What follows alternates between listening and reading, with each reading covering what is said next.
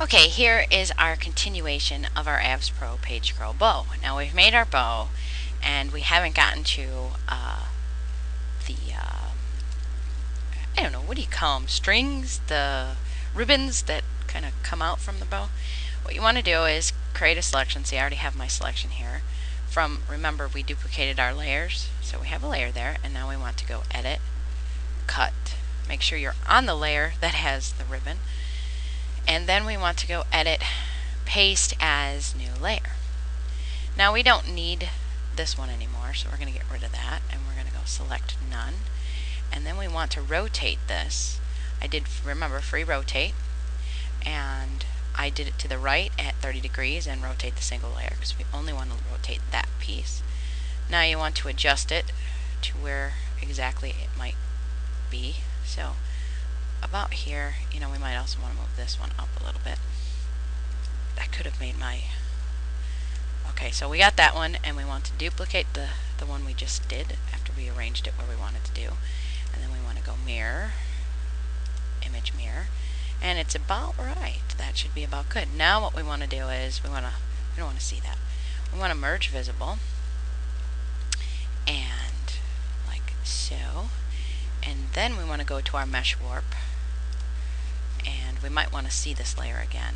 So you want to just kind of push this up until it's, you know, kind of like it's been coming out of those bows. See, there we go.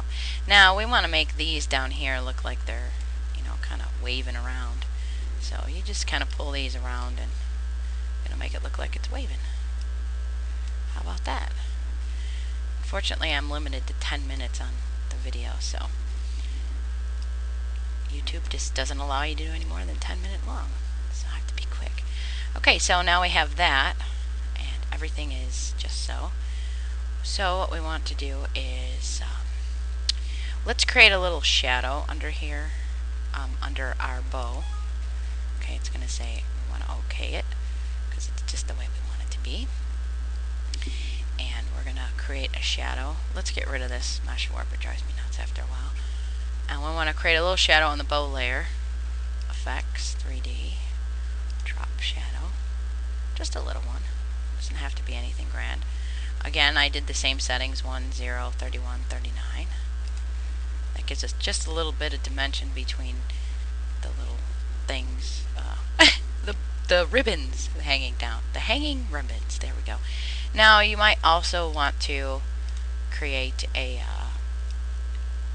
the shadows again. Remember our shadows? Let's make sure we're on that layer so we're not shadowing our bow.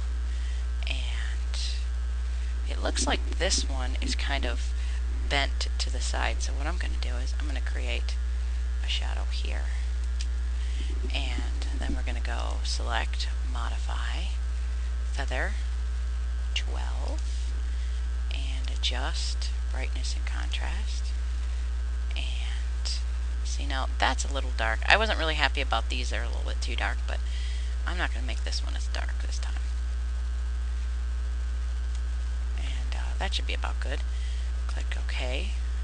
Now what I'm going to do is I'm going to select the area that I think would be the light part, which right about here should be what might be light. And, oh wait, select none. Right about here would probably be the selection that would be light. And let's see, here would be light, and here would be light. And probably right about here would be light. So now we want to go to Select, Modify, Feather again. Always want to feather. And Adjust, Brightness and Contrast, Brightness. And now I'm going to do the opposite way. I'm going to do, it's a little too, I'll get it, 8. There we go. Is 8 good? 8's a little bright. Let's do 8. Let's do 5. You know, you got to fine tune it to your own liking. Okay, so now select none. And there it is. It kind of looks like it's... I probably should have made this a little lighter. So, I mean, if you make that mistake, you can always do Edit, Undo, and fix it yourself. But there you are. You just merge those layers and save it, and you're all done. Usually you're going to save it as a PNG if you're making this for a scrap kit. that's all.